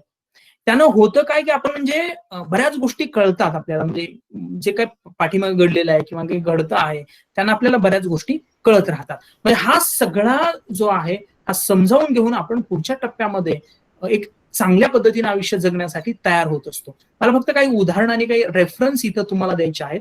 ती म्हणजे जी माणसं आयुष्यात टॉपला गेलेली आहेत किंवा त्यांनी जे साध्य केले ते टॉपला गेलेली माणसं ही कमी असतात, प्रमाण त्यांचं कमी असतं. आपण तेवढा अट्टहास करावा का नाही, म्हणजे कारभारनी तेवढा केला का, त्यांची जेवढी कोत होत. मग होतं काय, आपण मोठ्या अम्बिशन्स ठेवतो आणि तिथपर्यंत जाऊ शकत नाही, मग कुठंतरी गफलत होते, म्हणजे भावनिक आपला गोंधळ होतो. म्हणजे एकदा का भावनिक गोंधळ झाला की मग खूप साऱ्या अडचणी आपल्या समोर उभा राहतात. तर तसं न होता आपली कुवत ओळखून आपण त्या टप्प्यापर्यंत जाण्याचा 100% आपण प्रयत्न करणं गरजेचं आहे. मला फक्त थोडं कलेच्या बाबतीमधला त्याचा रियाज आणि त्याची जी प्रॅक्टिस असते ना, ते तुम्ही आता शोधा. म्हणजे या 8, 10, 15 दिवसात मी कधीतरी सरांकडे आल्यानंतर किंवा अजून ऑनलाईन या सेशन मध्ये आपण कधीतरी बोलूयात आणि ही माहिती करून घेऊयात की तुम्ही काही शोधलंय का स्वतःमधलं. कारण हे मार्कापेक्षाही खूप महत्वाचं आहे. म्हणजे तुम्हाला 100 मार्क, 100 पैकी 98 मार्क आहेत, 95 मार्क आहेत, परंतु बाजारात गेल्यानंतर हिशोब करता येत नाहीये, मग उपयोगच नाहीये त्या मार्काचा, म्हणजे त्या म्हणजे तुमच्या गणिताचा. बाकी ठिकाणी उपयोग होईल पण तिथं नाही होणार. म्हणजे घरामधलं एखादं तुम्हाला म्हणजे झाडून काढता येत नाही किंवा स्वच्छता करता येत नाहीये, परंतु शाळेमध्ये खूप, मग ते बिघडतं. कारण प्रत्येक वेळेस आपल्याला दुसरी माणसं मदतीला येतील असं नाही. तर हा सगळा एकंदरीत जाणून घ्या आणि व्यक्तिमत्वामध्ये या गोष्टी रुजवत एक जाताना सांगतो, प्रामाणिकपणा आणि सातत्य हे 2 गुण आपल्याला आवश्यक आहेत. प्रामाणिकपणा का, तर कुठल्याही प्रकारची म्हणजे तडजोड आपण करत असतो, पण खोटेपणा असता कामा नये. म्हणजे सांगितलं ना अभ्यास कर तर करायचाच, फक्त डोळ्यासमोर पुस्तक घेऊन नाही बसायचं. म्हणजे काय, हा धडा मी वाचला पण तुझ्या लक्षात किती राहिलं, काहीच नाही. पण तुम्ही तर म्हणताय वाचलं, मग उपयोग होतो का, उपयोग होत नाही. मग ते काय गेलं, फेल गेलं. म्हणजे तू कोणाशी खोटं बोललो आपण, आपल्याला वाटतं तात्पुरतं आपण त्यांच्याशी बोललो, पण त्यांच्याशी बोलून काय झालं, आपली फसवणूक होते. पण त्यावेळेला आपल्या लक्षात येत नाही. पुढच्या वेळी ज्यावेळी तुम्ही मोठे होता ना त्यावेळी वाटतंय अरे यार आपली गपला, त्यावेळी आपल्या ब्रेनला तशी चुकीची सवय लागत गेलेली असते आणि ते होता कामा नये. म्हणजे आपल्या मेंदूला नेहमी प्रामाणिकपणा मी का म्हणतोय, तर सातत्यानं खरं जे फॉर्म्युले तयार होत जातात. म्हणजे ब्रेनमध्ये जे सबकॉन्शियस माइंड आहे त्या सबकॉन्शियस माइंड मध्ये ते फॉर्म्युले सगळे बनत जात असतात आणि ते फॉर्म्युले पक्के होत जातात. तुम्हाला ज्या वेळी डिफिकल्ट परिस्थिती येते त्यावेळी ब्रेन मधून तो विचार बाहेर पडतो, तू असं वाग. आपण म्हणतो मी असा का वागतोय, हे अगोदर तू लहानपणी तसा वागलाय म्हणून तू तसा वागतोय, लक्षात येत आहे. म्हणजे हे जे तुम्हाला हत्तीचं उदाहरण माहिती आहे, हत्ती एवढा बलवान असतो, त्याला एकदा खड्ड्यामध्ये टाकलं जातं आणि म्हणजे तो लहान असताना साखळी तोडायची, त्याच्यात तो प्रयत्न करतो साखळी तोडण्याचा, म्हणजे त्या खड्ड्यामध्ये बांधलेलं होतं आणि तिथून तो येण्याचा प्रयत्न करतो, पण साखळी तुटत नाही. साखळी तुटत नाही, एक 2-4 वेळा प्रयत्न करतो, साखळी तुटत नाही, परत तो मोठा होतो. म्हणजे ज्यावेळी मोठा होतो आणि वरती त्याला मोकळ्या साध्या दाव्यानं बांधलं जातं तरी तो तोडण्याचा प्रयत्न करत नाही.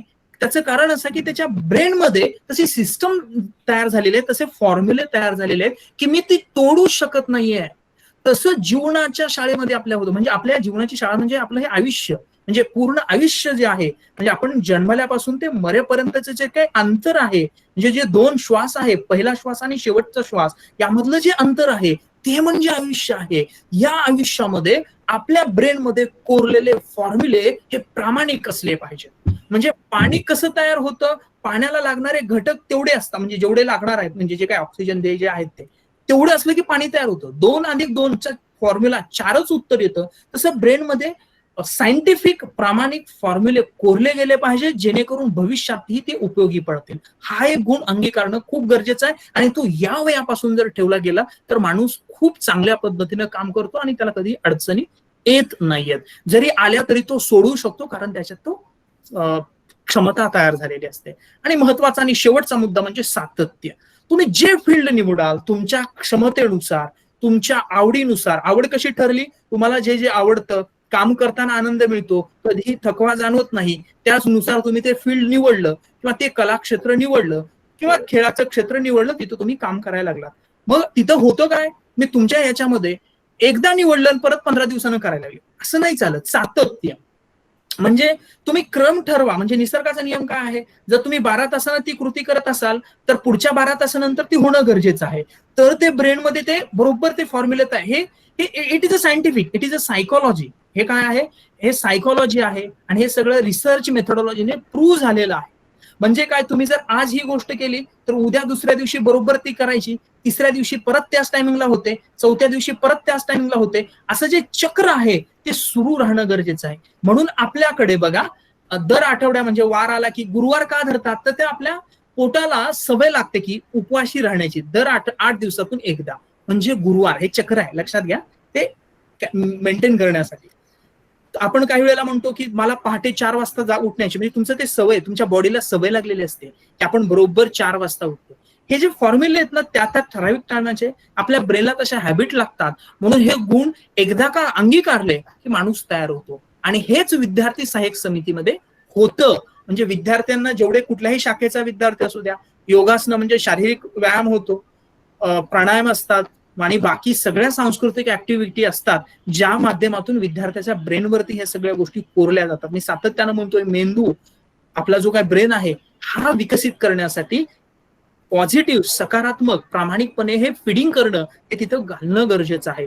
तर ते प्रत्यक्ष जीवनामध्ये यशस्वी माणूस होऊ शकतो. म्हणजे कुठलीही प्रत्यक्ष जीवनामध्ये अडचण असेल तर आपण त्याच्यावरती मार्ग काढू शकतो. आता प्रश्न राहिला शारीरिक काम आणि बौद्धिक काम. म्हणजे तुमच्या कुवतीनुसार जर तुम्हाला शारीरिक काम करत असताना, म्हणजे तुमची देहबोली साथ देत असेल, तिथं जास्त आनंद मिळत असाल तर तुम्ही तिथं जा. कोणाला बौद्धिक काम करत असताना आनंद मिळत असेल तर तुम्ही तिथं जा. ते फील्ड वेगवेगळे असतील, परंतु तुम्ही आनंदी राहाल, तुम्ही मजा, म्हणजे आयुष्य जे सुखकर म्हणतोय ते तिथं जाईल. हे पैशावरती ठरत नाहीये, म्हणजे लाखो रुपये टाकले त्याच्यावरती ते ठरत नाहीये. ते तुमच्या आतल्या ऊर्जेवरती आणि क्षमतेवर ठरलं जातं. ओके, आता या संदर्भात तुम्हाला काही प्रश्न असतील, कारण मी सलग बोलत राहिलोय, तर कोणाला प्रश्न असतील तर इथं टाईप करा. निश्चित, मला वाटतं आय टेक दॅट क्वेश्चन. आशिषला बोलायचंय मला वाटतं. आशिष बोल. हा आशिष.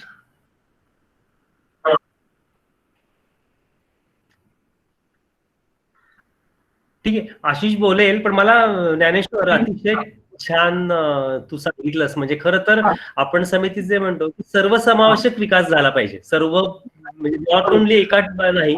आणि तू जे महत्व स्वतःला ओळखणं, तर त्यासाठी सुद्धा आपण निश्चित पुढे करू. मला आशिष काही प्रश्न विचारेल, त्यानंतर मला खरं तुझं जे काही लिखाण मी बघतो, मी व्यसन ही कादंबरी असेल किंवा मला 2-3 मिनिटांमध्ये तू जे काही वेगवेगळं हे सगळं लिखाण केलंयस, कथा लिहिलेल्या आहेस, खरं तर म्हणतात ना कथा आणि कादंबरी, मला कधी कधी फरक कळत नाही कथा आणि कादंबरी मधला. मी त्यांना विचारलं होतं, ते म्हणे कादंबरी थोडी पसरट असते आणि कथा, कथेची कादंबरी केव्हा होते म्हणजे ते कशा लिखाणाचं कसं आहे. मला वाटतं याविषयी थोडं, तुझ्या लिखाणाविषयीचं थोडं तू बोललास आणि मग मुलं प्रश्न विचारतील. म्हणून आशिषला विचारायचं आहे, पण थोडं मला तुझं व्यसन अतिशय छान, मी पूर्ण नाही वाचली पण निश्चित त्यातला काही भाग चर्चा केली काही जणांशी.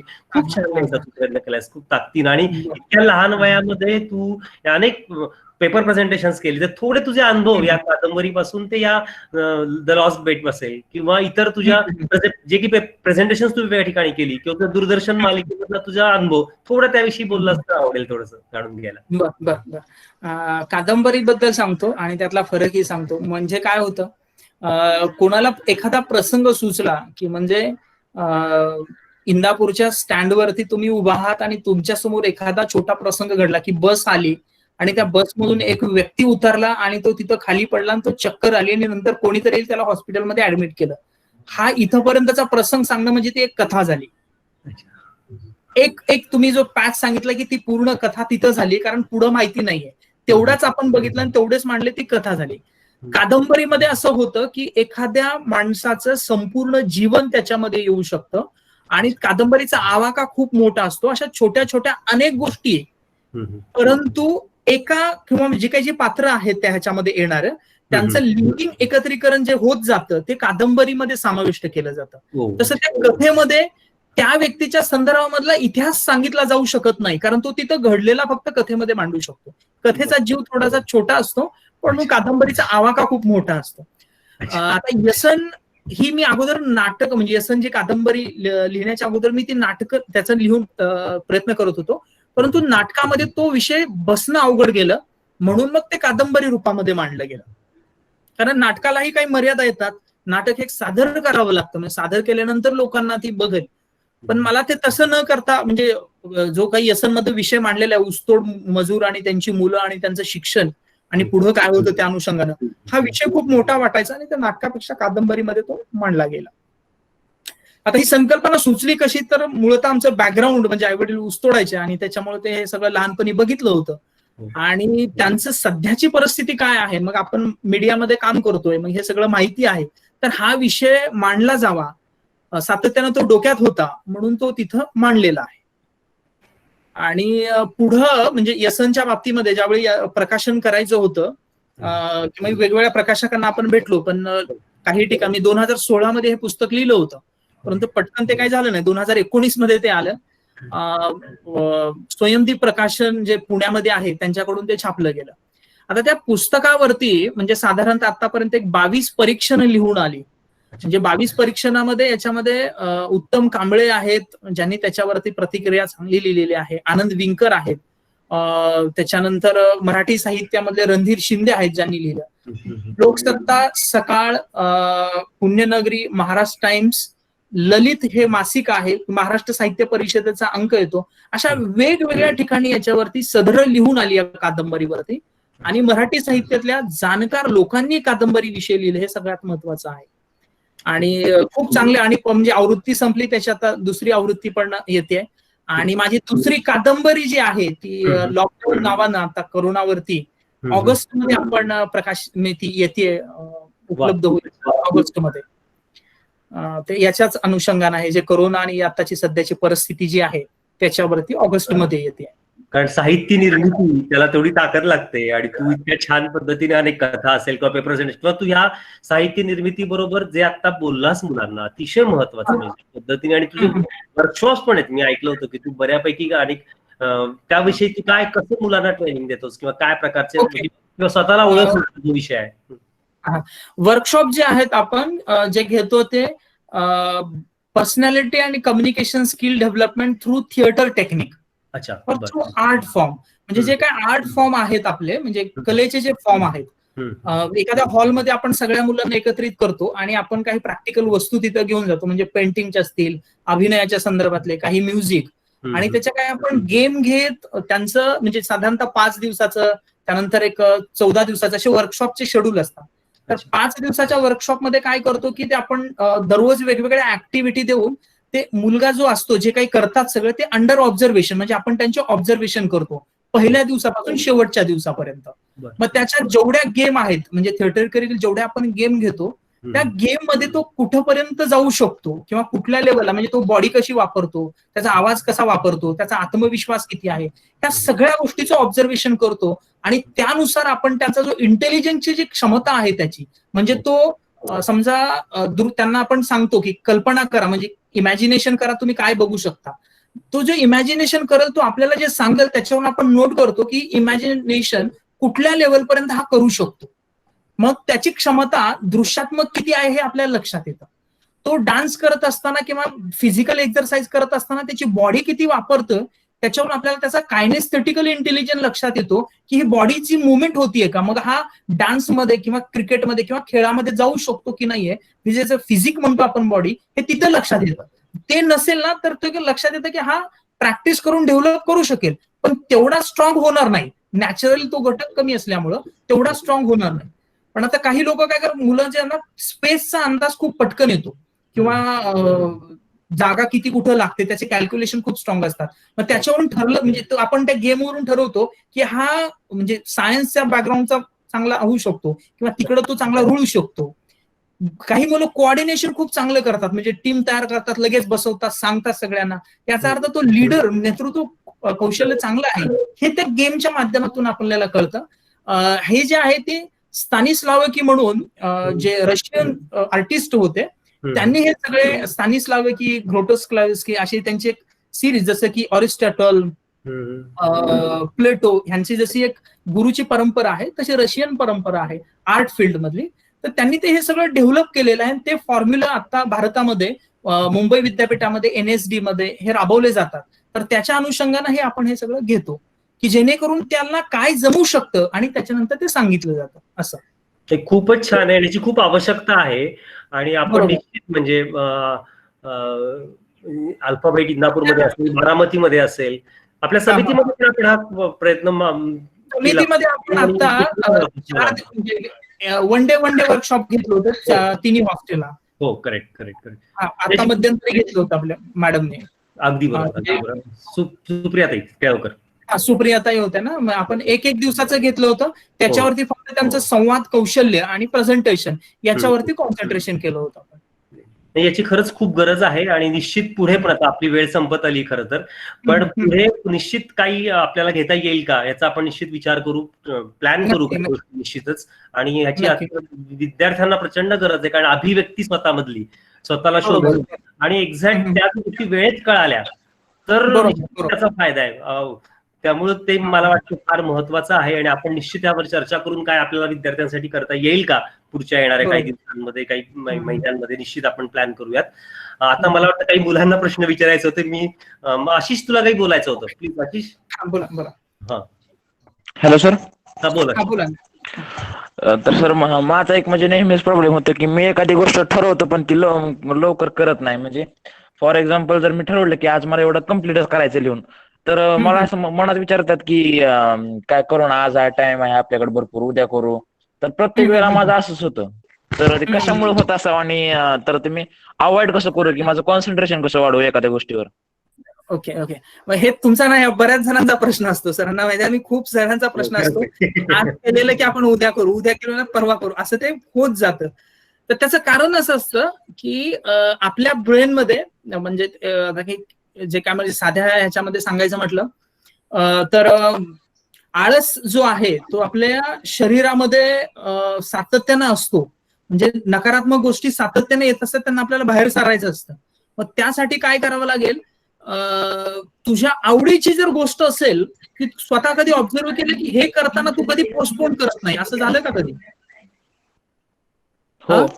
आशिष, कोणती गोष्ट अशी आहे की ते करायचे म्हटल्यानंतर तू पोस्टपोन कधीच करत नाही, म्हणजे उद्या करेल असं कधीच म्हणत नाही, अशी कोणती गोष्ट आहे? शक्यतो मला सायन्स प्रोजेक्ट म्हणतात खूप इंटरेस्ट आहे. म्हणजे एखादी गोष्ट जर मला तयार करायची म्हटलं घरी सायंटिफिक इन्स्ट्रुमेंट, तर मला कंटाळा येत ना, असं वाटतं की लगेच करावं ते. एक्झॅक्टली, म्हणजे तू कधीच पोस्टपोन करत नाही, ते काम आत्ताची आत्ता करतो. लक्षात येत आहे? हो तसं दुसरं काही असेल किंवा लिहायचं किंवा वाचायचं किंवा दुसरं काही करायचं असेल ना, ते आपण ढकलतो, कारण त्याच्यातून आपल्या शरीराला लागणारी जो काही उत्साह, एनर्जी ती मिळत नाहीये. मग त्यामुळे आपल्यात निगेटिव्हिटी तयार होते आणि मग एकदा निगेटिव्हिटी तयार झाली की ते आपण टाळायला लागतो.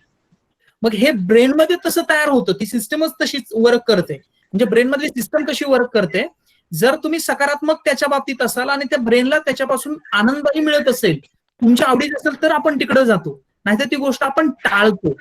तसं न होण्यासाठी काय करावं लागेल की सुरुवातीला थोडा, म्हणजे तुम्ही योगा, प्राणायाम किंवा काय असं चालण्याचे एक्सरसाइज किंवा रनिंग वगैरे करताय? हो, म्हणजे डेली वर्कआउट करतो मी. डेली करताय, ओके. हो त्या दरम्यान डेली ज्यावेळी वर्कआउट करताय त्यावेळी सकाळच्या वेळी हा फक्त एक छोटा एक्सरसाइज करत जा की तुम्हाला ज्या गोष्टी करायच्या त्या ब्रेनमध्ये दिसल्या, म्हणजे तुम्हाला समोर दिसल्या पाहिजे. See it and then say it, म्हणजे तुम्हाला ते समोर बघता येतील जे करायचंय ते, आणि मनामध्ये ते पक्क ठरवून घ्यायचं की हे मला आज करायचंय, एवढ्या वेळेला करायचंय. आणि त्याच्यावरती मोटिवेशन जे म्हणतो आपण की स्वतःला जे मोटिवेशन देणं आहे ते केल्यानंतर मला याच्यातून हे फायदे मिळणार आहेत किंवा आपल्यासाठी हे उपयोगाचं ठरणार आहे, हे तुम्हाला लिहून काढावं लागेल. लक्षात येतं मी ओके. काय म्हणतोय? हो दररोज सकाळी ते दृश्य बघणं की आपण काय काम करणार आहे ते बघणं आणि ते कागदावरती लिहून काढणं आणि त्याच्यापासून आपल्याला फायदे काय होणार आहेत ते एक नोट करणं गरजेचं आहे. हे जर केलं तर बाय डिफॉल्ट तुम्हाला तुमच्या आवडीच्या गोष्टी सापडत जातील आणि त्याच तुम्ही करत जाल. हो, ओके. Thank you sir. आशिष करेल, मला खात्री. आशिषच्या बाबतीत एखादी गोष्ट समजली की तो बरोबर त्यावर वर्कआउट करतो. तुझा अनुभव आहे मला. Yes yes. श्रुतिका, तुला बोलायचंय. श्रुतिका, हॅलो सर, आवाज येतोय? येतो हो, Shrutika. Hi sir, good afternoon everyone. तर माझा क्वेश्चन आहे, तर संवाद म्हणजे कम्युनिकेशन हे स्किल्स आपल्या सर्वांजवळ आहे. तर खरं तर यामुळे आपण आपल्या भावना आणि विचार यांना खरं तर शब्दांचे कपडे घालून आपण दुसऱ्यांपर्यंत पोहोचवणे यामुळे आपल्याला शक्य होत आहे. तर आपण जे बोलतो, लिहितो, ऐकतो आणि एखाद्या समोर एक्सप्रेस होणे, हावभाव, देहबोली, आरोह, अवरोह आणि नजर हे सर्व मिळून हे संवाद कौशल्य तयार होते. तर हे जे स्किल आपले कौशल्य आहे तर आणखी आपण कशा पद्धतीने डेव्हलप करू शकतो आणि जी आपली विचारशक्ती आणि विश्लेषण यामध्ये आपण कसं वाढवायचं आणि यासाठी आपण कोणते एफर्ट्स करायला हवेत? अगदी खूप छान प्रश्न आहे. म्हणजे तिनं प्रश्नामध्ये सगळं काही सांगितलं, देहबोली सांगितली आहे, आरोह अवरोह सांगितलंय, आवाजा संदर्भात बोलले आणि सगळ्यात म्हणजे शब्दांचे कपडे. अगदी बरोबर. म्हणजे हे सगळं जे असतं ना अमूर्त स्वरूपामध्ये आपल्या ब्रेनमध्ये असतं. बघा, तिच्या प्रश्नाचं आपण उत्तर देतोय. आपल्या ब्रेनमध्ये हे सगळं अमूर्त म्हणजे ते कुठल्याही प्रकारचा त्याला आकार नसतो. म्हणजे भावना आणि विचार व्यक्त होण्याच्या अगोदर हे कुठं असतं?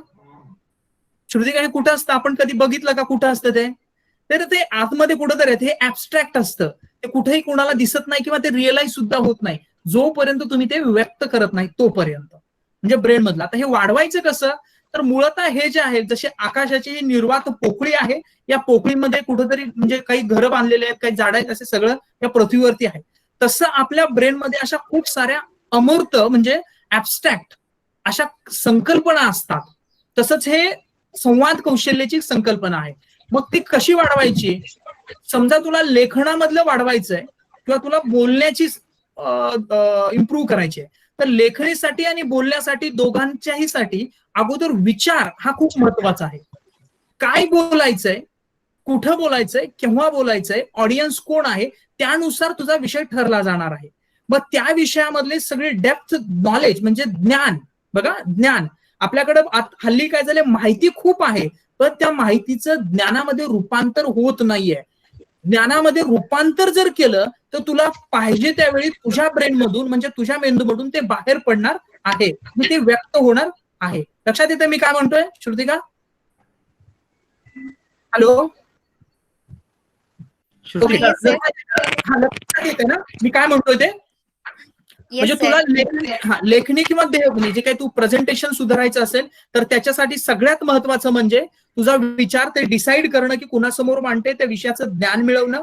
माहिती घेतल्यानंतर तुझ्या वेळी बोलणार आहे त्यावेळी तुझी देहबोली म्हणजे तुझे हातवारे कसे करते, तुझ्या हे ज्ञानावरती सगळं अवलंबून असतं. तू काय सांगतेय लोकांना त्यानुसार ते लोकांपर्यंत पोहोचणार आहे. ते वाढवण्यासाठी पहिला प्रयोग केला, दुसरा केला, तिसरा केला, चौथा केला, पाचवा केला, हे सातत्यानं करत राहणं हेच त्याचा वाढवण्याचा मार्ग आहे. कोणी म्हणेल की नाही तू 8 दिवसात ते होणार नाहीये, कारण तुला ते करत राहणं, म्हणजे आज हा विषयावर बोलली, उद्या दुसरा विषय घे, परवा तिसरा, सातत्यानं ते करून बघणं.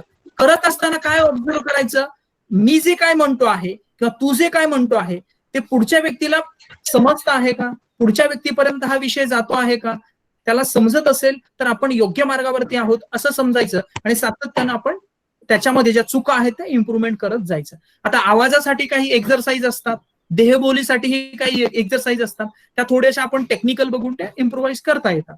पण यात सगळ्यात बेस्ट जो आहे विचार आणि ज्ञान, माहितीचं रूपांतर ज्ञानामध्ये करणं हे आवश्यक आहे कुठल्याही गोष्टीसाठी. ठीक आहे, खूपच छान, खूपच छान. मला वाटतं भास्कर देशपांडे सर तुम्हाला बोलायचं आहे. हो, बोला सर. हा, नमस्कार माऊली. नमस्कार, नमस्कार, बोला. जरा थोडं एक 15-20 मिनिटापूर्वी थोडं उशिरा जॉईन झालो. विषय अतिशय छान होता खरं, पण काही कारणामुळे उशिरा जॉईन झालो. परंतु जसं आता तुम्ही सांगितलं की कथा आणि कादंबरी मधला फरक, तर जेव्हा तुम्ही लिहिता त्यावेळेस कादंबरी लिहित असता, समजा मला आज कादंबरी लिहायची असं तुमच्या मनात आलं, तर कादंबरीसाठी वेगळा विचार आणि कथा किंवा नाटकासाठी वेगळा विचार, त्या विचाराने लिहिलं जातं असं काही असतं का?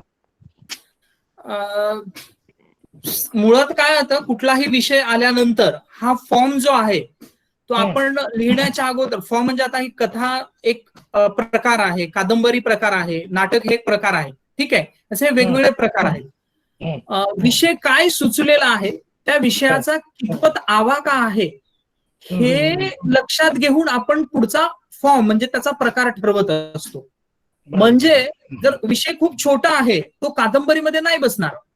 बरं, म्हणजे आता जर आपल्याला एखाद्या माणसाच्या आयुष्यामध्ये रात्रीमध्ये काय घडलेलं आहे एवढाच जर प्रसंग, म्हणजे प्रवासात जाताना जर काय घडलेलं आहे त्याच्यात जर अनेक गोष्टी असतील, अनेक वेगवेगळे कंगोरे असतील, तर तो विषय नाटकामध्ये मांडला जाऊ शकेल, ओके, किंवा तो कथेमध्ये मांडला जाऊ शकेल. पण तो कादंबरीचा विषय होईल का तर सांगता येत नाही, कारण कादंबरीसाठी खूप मोठा आवाका लागतो. लक्षात येत आहे, कारण कुठलीही कादंबरी घेतली, म्हणजे तुम्ही ययाती घ्या किंवा पानिपत घ्या किंवा महानायक घ्या किंवा आपली ही असं घ्या, म्हणजे याच्यामध्ये म्हणजे इतिहास म्हणजे पास्ट असेल, प्रेझेंट असेल आणि फ्युचर असेल, म्हणजे अशा सगळ्या कंगोऱ्यावरती कादंबरी बोलत असते. म्हणजे त्याचा जो आवाका असतो ना, माणसाच्या भावभावना असतील, धार्मिक, राजकीय, सामाजिक अशा वेगवेगळ्या गोष्टी कादंबरीमध्ये येऊ शकतात. परंतु कथेमध्ये जे आहे ना, फक्त एक पॅच असतो आयुष्यामधला, कुठला तरी एक छोटासा तुकडा मांडतो आपण कथेमध्ये. तो जो आहे ना तो कथेमध्ये, आणि हे लिहिण्याच्या अगोदर डिसाईड होतं, आपल्या मनामध्ये ते डिसाईड होतं. म्हणजे आपण ज्यावेळी लिखाण करतो त्यावेळी आपल्याला लक्षात येतं की हा विषय जो आहे ना हा कादंबरीमध्ये बसणार आहे, हा विषय कथेमध्ये बसणार आहे. आणि जिथं असं वाटतं की आपली पात्र खूप बोलतायत, मला त्या पात्रांचं वर्णन करण्याच्या ऐवजी मला दिसलेली पात्र, तीच पात्र एकमेकांना बोलतायत जास्त, त्यावेळी नाटक हा फॉर्म निवडला जातो.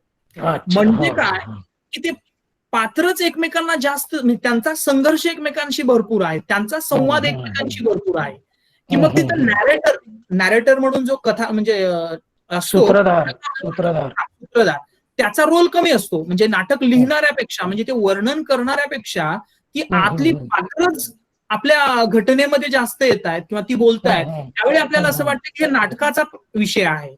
म्हणजे दोन व्यक्ती बस स्टँड वरती उभा आहेत आणि त्यांच्यामधल्या गप्पा चाललेल्या आहेत, त्यावेळी तो नाटक हाच फॉर्म येईल. लक्षात येत आहे, नाटक त्याच्या जीवानुसार ठरेल की एकांकी दोन अंकी नाटक करायचं. एसटी स्टँडच्या वर्णन करायचं, एसटी स्टँडच्या आजूबाजूची परिस्थिती मांडायची आहे आणि त्यांच्या गप्पाही घ्यायच्या, थोड्याशा गप्पाही घ्यायच्यात आणि परिस्थिती त्यावेळी मी कथा हा फॉर्म निवडेल.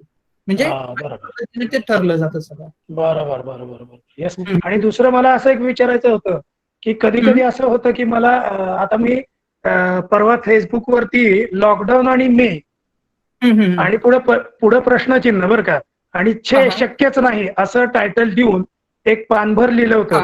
आता त्याची गंमत अशी होती की एक रात्र असं झालं, उशीर झाला, मला काही झोप येईना आणि मी माझ्या मित्राला सहज टाईप करत गेलो. म्हणजे मी आधी काही विचार केला नव्हता किंवा ठरवलं नव्हतं, पण एक पानभर लिहिलं गेलं माझ्याकडनं. किंवा अजून दुसरी एक उदाहरण असं सांगतो की माझ्या एक 2-3 मित्रांनी एक अभंग लिहिला होता विठ्ठलाचा आणि तो मला पाठवला होता बरं का. तो अभंग वाचला, अजून 1-2 अभंग वाचले आणि चौथ्यांदा असं मला वाटलं की मला काहीतरी सुचतंय, तर मी एक 4-5 ओळींचा अभंग सहज माझ्याकडनं लिहून गेला. तर हे नक्की माझं काय होतं आणि ही कला माझी वाढवण्याकरता मी विशेष काय प्रयत्न केले पाहिजे?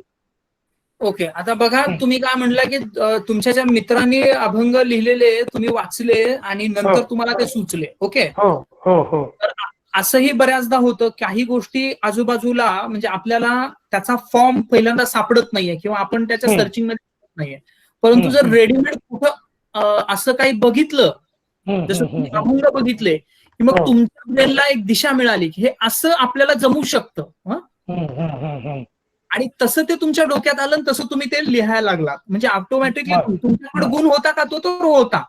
लक्षात येतं का? तुमच्याकडे क्षमता होती का, तर होती, पण ती अमूर्त स्वरूपामध्ये होती. त्याला असं दिशादर्शक किंवा ती प्रेरित होईल असं काही घडलं नव्हतं आतापर्यंत. बरोबर बरोबर. किंवा घडलं ते समोर 4 अभंग बघितले, वाचले की तुम्हाला असं वाटलं की मी हे करू शकतो. म्हणजे तुमच्या ब्रेन मध्ये एक क्षमता आहे ते शब्द जोडण्याची. अच्छा अच्छा. म्हणजे हे बऱ्याचदा प्रत्येक माणसाच्या आयुष्यामध्ये समोर बघितलं की काही वेळेला आपल्याला सुचतं हे असं लिहायला पाहिजे. म्हणून बरेच लोक पर्यटन का करतात किंवा दुसरीकडे म्हणजे फिरतात का, तर फिरल्यानंतर काहीतरी बघायला मिळतं, सुचतं.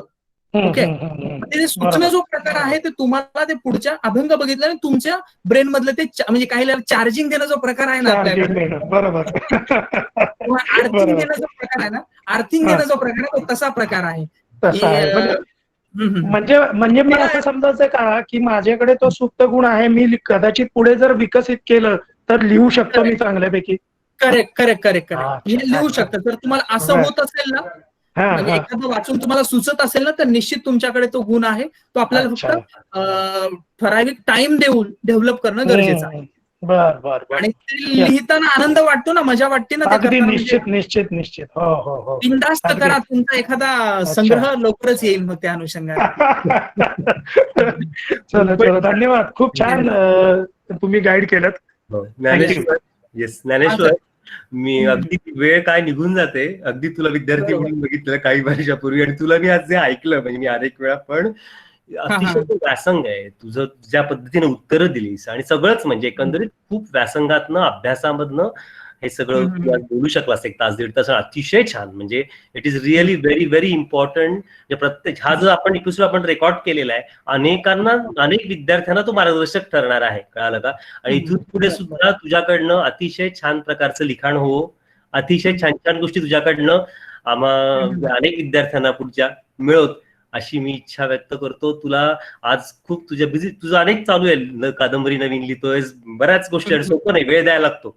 आणि हा मौल्यवान वेळ तू आज आम्हाला दिलास आणि खूप छान. म्हणजे अतिशय सगळ्या विद्यार्थ्यांचं इथं बघतोयस, प्रत्येक जण लिहितोय बघ. नाईस, एव्हरीबडी ऍप्रिशिएटिंग यू, बिकॉज ज्या पद्धतीनं मांडलं अतिशय सगळ्यांना ते भिडलं. आणि निश्चित मी तुला आता ग्वाही देतो, जो वेळ तू दिला निश्चित मुलांच्या कृतीत उतरेल. आणि तो अति सहज जाता देशपांडे सरांना म्हटला, जे काही तू उत्तर दिलं शेवटी, की तुमचं हे निश्चित लवकर प्रसारित होईल. म्हणजे खूप हे फार महत्वाचं आहे आणि अतिशय वाटलं, खूप आनंद वाटला ज्ञानेश्वर आज तुला इथे बोलून. आणि तू जे म्हणाल की वाचन करा, हे करा, मी सांगतेस, खूप ते सांगायचा प्रयत्न केला. नेहमी मी म्हणतो की म्हणजे गीता, दासबोध हा खरं तर जीवनाला सुरुवात करायच्या अगोदर वाचण्याची गोष्ट आहे. म्हणजे जीवन जगताना त्याचे तुम्हाला निश्चित त्याचा अनुभव येतात. तर खरंच याच दिशेने तू आज जे काही सांगितलं, जी काही माहिती सांगितलीस, ती खूप सुरुवातीला या सगळ्या विद्यार्थ्यांना जे आता 10वी-12वी मधले आहेत त्या प्रत्येकाला प्रचंड उपयुक्ती ठरणार आणि ती विद्यार्थी कृतीत आणतील अशी आपण आशा करू. आणि पुन्हा केव्हा तरी निश्चित शोध घेताना विद्यार्थ्यांचा काही आपल्याला वेगळं काही विद्यार्थ्यांशी कम्युनिकेट करता येईल, किंवा तुझा जो वर्कशॉप आहे तो आपल्याला इंदापूरमध्ये काही ऑर्गनाईज करता येईल का, या दृष्टिकोनातून निश्चित पुढे आपण बोलू आणि प्रयत्न करू. खूप खूप धन्यवाद. Thank you very much. धन्यवाद.